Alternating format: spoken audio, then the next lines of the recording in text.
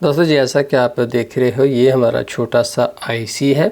अब हमने इसकी रिबालिंग शुरू करनी है। तो सबसे पहले आप अपनी यूनिवर्सल स्टेंसिल लीजिए। स्टेंसिल के मतलब मैं पहले भी बता चुका हूँ, इसलिए यहाँ पर मैं ज़्यादा बात नहीं करता। दोस्तों जैसे कि अगर आप देखें तो ये मेगा आइडिया की यूनिवर्सल स्टेंसिल है। इसके जो सराख हैं यहाँ पर अगर आप देखें तो जो सराखों का साइज़ है 0.3 है। उसके बाद अगर 0.35 फिर 4 और उसके बाद यहाँ पर देखें तो 5, यानी कि सुराख जो हैं उनकी लंबाई मुख्तलफ है। तो अब आपने सबसे पहले क्या करना है कि आपने इस तरफ से ना सबसे पहले यहाँ पर रखना है आईसी को।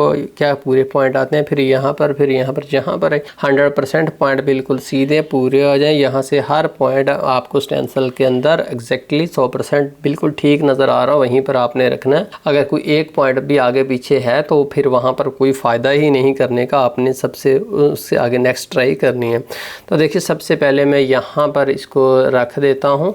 जैसा कि दोस्तों आप देख रहे हो कि यहाँ से मैंने पहला पॉइंट सीधा किया ना, तो उसके बाद देखिए कोई भी पॉइंट सीधा नहीं है। यहाँ पर कोई भी पॉइंट सीधा नहीं है ना, सबके सब नज़र नहीं ना आ रहे। उसके बाद अगर आप यहाँ पर ट्राई करें तो देखिए यहाँ पर भी कोई पॉइंट नहीं, सीधा नहीं। इस तरफ ज़रा करके देखते हैं, इस तरफ यूँ टेढ़ा करके लगा कर देखते हैं। यहाँ पर भी पॉइंट से पॉइंट सीधा नहीं, काफ़ी ज़्यादा जो है वो फ़र्क चल रहा है। चले उससे नेक्स्ट ट्राई करके देखते हैं।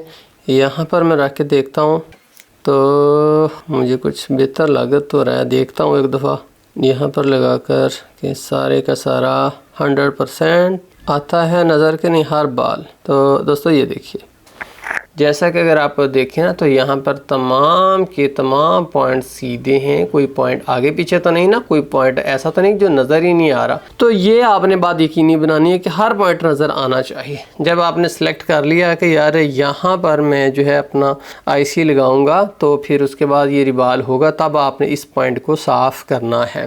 तो अब साफ़ करने का तरीक़ाकार सीख लीजिए। लोग समझते हैं कि यार स्टेंसिल को साफ़ करना सबसे आसान काम है, लेकिन दोस्तों सच बताऊं तो स्टेंसिल को साफ़ करना बहुत टेक्निकल काम है। वही डीसोल्डरिंग वायर में से 1 इंच का पीस लिया, इसको आपने जो है वो ट्वीज़र की मदद से पकड़ लेना है और आपने सीधे यहाँ पर इसके ऊपर रख देना है, जिसको आपने साफ़ करना है। जैसा कि अगर आप देखें तो काफ़ी इसके अंदर कुछ गंदमंद बॉल्स पहले वाली जो मैंने किया था वो फंसी हुई हैं। तो अब आप उसके बाद जो है अपना सोल्डरिंग आयरन लेना है। दोस्तों सोल्डरिंग आयरन जो है उसकी बिट को आपने पेस्ट के अंदर डालकर 450 सेंटीग्रेड 450 सेंटीग्रेड टेम्परेचर रखना है। बिट के अंदर इसको 3-4 दफ़ा डालिए ताकि यह आगे से इसकी बिट चांदी की तरह चमकती हुई हो जाए। जैसा कि अगर आप देखें तो अभी इसकी बिट चांदी की तरह चमक रही है। इसको सीधे इस डीसोल्डरिंग वायर के ऊपर रखिए और यहाँ पर इन पॉइंट्स के ऊपर फेर दीजिए, आगे पीछे तमाम पॉइंट्स के ऊपर आप फेरिए। तो उससे जितना भी सोल्डर होगा इस स्टेंसिल के अंदर वो सारे का सारा डीसोल्डरिंग वायर को लग जाएगा। किसी भी तरह का यहाँ पर सोल्डर नहीं होना चाहिए। ये प्रोसेस जो है सिर्फ सोल्डर उठाने के लिए है और कुछ करने के लिए नहीं। इससे सिर्फ सोल्डर उठेगा और गंदमंद जो है इससे नीट एंड क्लीन नहीं होगा, वो हमें अलग प्रोसेस करना पड़ेगा। लेकिन ये बात आपने इत्मीनान करना है कि किसी तरह का कोई बाल कुछ भी इसके अंदर ना हो। जैसे कि अगर आप देखें तो सोल्डर नहीं है, लेकिन और बहुत कुछ है। उसके बाद दोस्तों अब आपने जो है वो क्लीनर लेना है। इस क्लीनर का तारफ़ भी पहले वीडियो के अंदर आपको दिया जा चुका है। मैकेनिक का क्लीनर है 530 है, इसकी जगह आप थिनर भी यूज़ कर सकते हैं। इससे यहाँ पर सीधा इसके ऊपर शावर डालना है। शावर डालने के बाद आपने दांतों वाला ब्रश लेना है और उससे आपने अच्छे तरीके से इसकी सफाई करनी है। दोस्तों ये जो सफाई है दोस्त समझते हैं कि इसकी कोई अहमियत नहीं, ये बस 1 सेकंड में काम हो जाता है। दोस्तों बज़ाहिर तो आपको कुछ भी स्टेंसिल के अंदर नहीं होता, लेकिन जब आप स्टेंसिल को माइक्रोस्कोपिक एग्जामिनेशन करते हो तो वहाँ पर आपको डर्ट, कचरा, गंद, पता नहीं क्या कुछ नज़र आता है, तो जो कि आपके प्रोसेस के फेल होने का बायस बनता है। तो दोस्तों ऐन मुमकिन है कि आपका सारा प्रोसेस 100% दुरुस्त हो, सिर्फ एक चीज़ की कमी हो कि आपने स्टेंसिल की सिर्फ एक सुराख आपने वो साफ़ ना किया हो। उस एक सुराख ना करने की वजह से आपका प्रोसेस फेल हो जाए और आप कहें कि यार ये जो होता है ना आईसी रिप्लेसमेंट का काम, ये बड़ा मुश्किल होता है, ये नहीं आता इतनी जल्दी। तो एक तरफ से मैंने क्लीनिंग कर ली, अब दूसरी तरफ से मैं क्लीनर डालता हूँ। तो इस तरफ से अब मैं ब्रश से इसको साफ़ करता हूँ। ब्रश दोस्तों ये भी आपको बताता चलूँ कि आप ब्रश भी आपका हाई क्वालिटी और साफ़ सुथरा होना चाहिए, ये ना हो कि आप ब्रश भी गंदा यूज़ कर रहे हैं। तो देखो सिर्फ एक सुराख जो है किस तरह से आपके सारे प्रोसेस को डिस्टर्ब करता है, तो इसका मतलब ये है कि इस पर कंप्रोमाइज़ सफाई के ऊपर नहीं। तो दोस्तों ये जो है बाहर स्टेंसिल बड़ी अच्छी साफ़ लगती है, लेकिन आप माइक्रोस्कोप के नीचे उसको देखो तो आपको कितना उसके अंदर गंद नज़र आ जाता है। अभी देखो मैंने क्लीनर डाला, ब्रश से साफ़ किया, कम से कम 1 मिनट में मुसलसल फेरता रहा, फिर मैंने क्लीनर डाला, फिर ब्रश, फिर एंड पर मैंने एक कपड़े के पीस से उसको साफ़ कर लिया। अब ये नहीं कि बस जी हो गई, बस जी ऐसे निगाह इसके ऊपर डालिए, हाँ जी होगी, ऐसे नहीं। अब फिर मैं इसका माइक्रोस्कोप के नीचे एग्जामिनेशन करता हूँ। अभी भी कुछ ना कुछ अगरचे सुराख तो खाली है, लेकिन अगर आप देखें तो डर्ट वगैरह साइडों पर जमी हुई है इसके अंदर, बहुत अभी भी इसके अंदर डर्ट है। बाहर नहीं लगता लेकिन डर्ट है।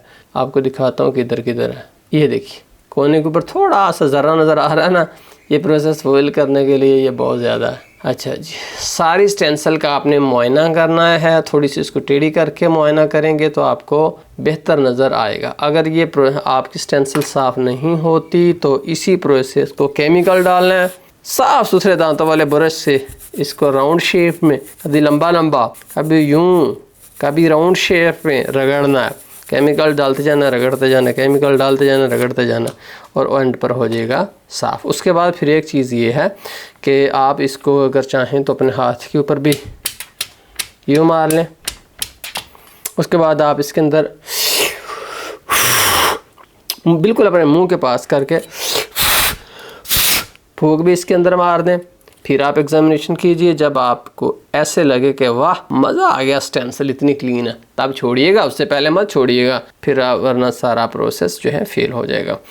दोस्तों एक मैं यहाँ पर आपको इम्पोर्टेंट बात है बताना चाहूँगा कि स्टेंसिल के साथ आपने किसी तरह की कोई भी ज़ोर ज़बरदस्ती नहीं करनी, क्योंकि अगर स्टेंसिल के साथ एक दफ़े भी ज़ोर ज़बरदस्ती हो जाए, इसके अंदर हल्का सा बैंड आ जाए तो इससे स्टेंसिल ज़ाया हो जाता है, फिर वो किसी भी काम का नहीं रहता। जैसे कि अगर आप देखें तो स्टेंसिल बिल्कुल 100% सीधी है, लेकिन अगर मैं इसको यहाँ पर बेंड कर दूँ तो उसके बाद फिर इसको मैं चाहे जहाँ मर्ज़ी फेंक दूँ, उससे कोई फ़र्क नहीं पड़ता, ये नई ही लेनी पड़ेगी। दूसरा दोस्तों इसके ऊपर किसी भी तरह की मेटल की चीज़ यहाँ पर नहीं मारनी। अगर वगैरह है तो यूँ उसको उतारने के लिए यूँ मारेंगे तो उससे भी स्टेंसिल जो है उसके अंदर मामूली सा फ़र्क आ जाएगा, जिसके बाद स्टेंसिल हो जाएगी ज़ाया। इसके अलावा देखें यहाँ पर मैंने सिर्फ जो है ये वाला दांत वाला ब्रश यूज़ किया। ये वाला ब्रश बड़ा अच्छा भी है लेकिन फिर भी मैंने यूज़ नहीं किया। उसकी वजह ये है कि ये स्टेंसिल के अंदर चला जाए, फिर मैं उसको यूँ खींचूँ तो उससे किसी एक जाली का जो सराख है उसको ये ज़रा सा डिस्टर्ब ना कर दे।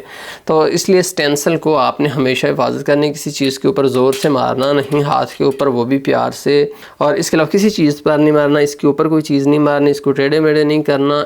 मुख्तसर बात कर दूं, जैसी ये आपको मिली थी वैसी रखनी है, लेकिन सफाई करनी इसकी ज़रूरी है। तो आइए अब दोस्तों हम इससे नेक्स्ट चलते हैं। हमारी स्टेंसिल की सफाई हो चुकी है।